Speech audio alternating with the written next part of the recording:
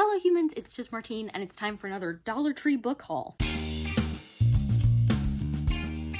In my last Dollar Tree book haul video, I talked about how I got more books than expected on a Dollar Tree visit, so I was splitting it into two.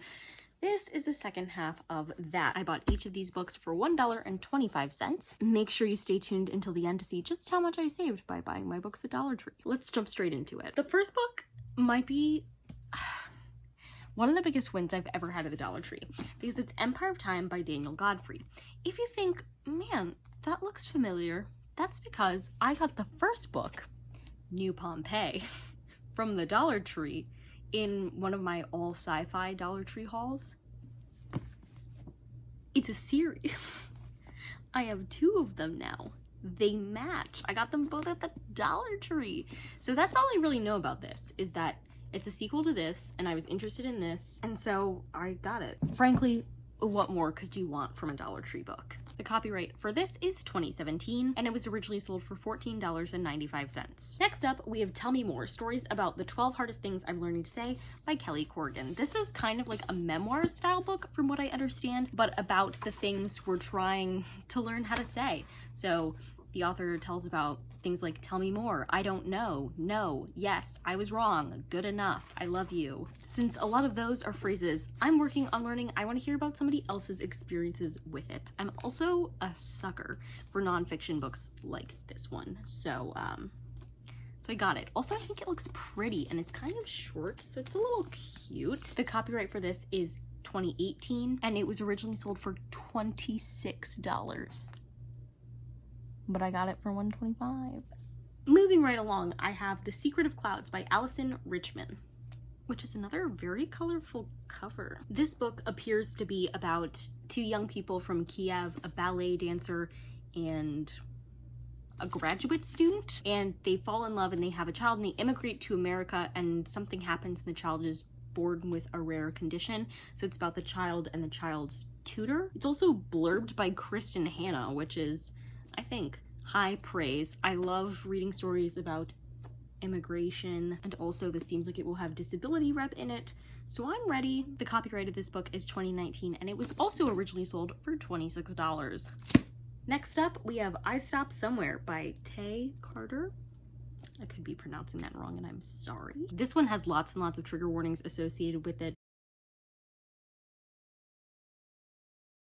because it's very much a discussion on rape culture. So it's about this girl who begins her freshman year, and she's, you know, trying to stay unnoticeable, and then she gets assaulted, and things happen from there. It seems horribly sad, but I especially wanted to add this to my collection and see what I thought about it from like a victim advocacy perspective. It just seems like it could be a very beautiful book, so even though it's a really hard topic, I wanted to give it a try. This is copyright 2018 and originally sold for $17.99. Next, we have Love Scene Take Two by Alex Evansley, and I will not lie to you, this book tricked me at first, because I was reading the names and it was like Teddy Sharp and then Bennett Caldwell. And yeah, I fell for it. At first I was like, is this gay? And then I realized Bennett is a girl's name in this. Oh well. Still cute, because this seems to be a romance book about a famous teen actor and then the teen author of this book. And the actor is actually the one starring in the adaptation of this author's book. And then they end up in a situation where they end up at one of their family's lake houses, and things go from there. Just kidding, the actor is not in the film yet.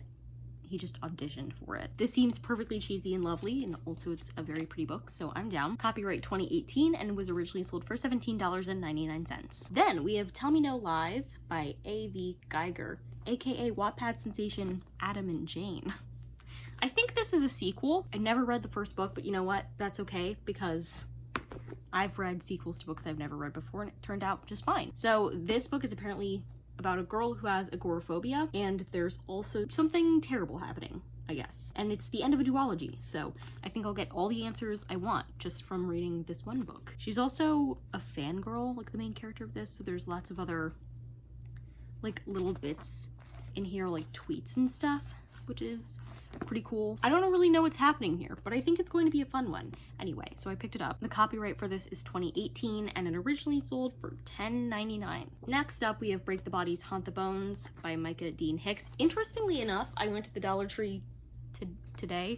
You'll see it in tomorrow's video, but I saw this same book there, except it was in hardcover there. I prefer it in paperback, so I'm glad I have this. I was honestly captivated by the title of this book and needed very little convincing to pick it up, and yet it appears to be about this girl who's haunted, and she has a ghost child who feeds on the secrets and fears of everyone around her, and then her brother is inhabited by a genius ghost who makes him build dangerous machines. Her mother is possessed by a ghost that burns anyone she touches. And then some new people come to town and it's kind of terrible. So that's crazy. That's a legitimately insane synopsis. I'm looking forward to this. The copyright for this was 2019, although the paperback was apparently put out in 2020, and it originally cost $15.99. And last but not least, we have No Choir Boy, Murder, Violence, and Teenagers on Death Row by Susan Cucklin.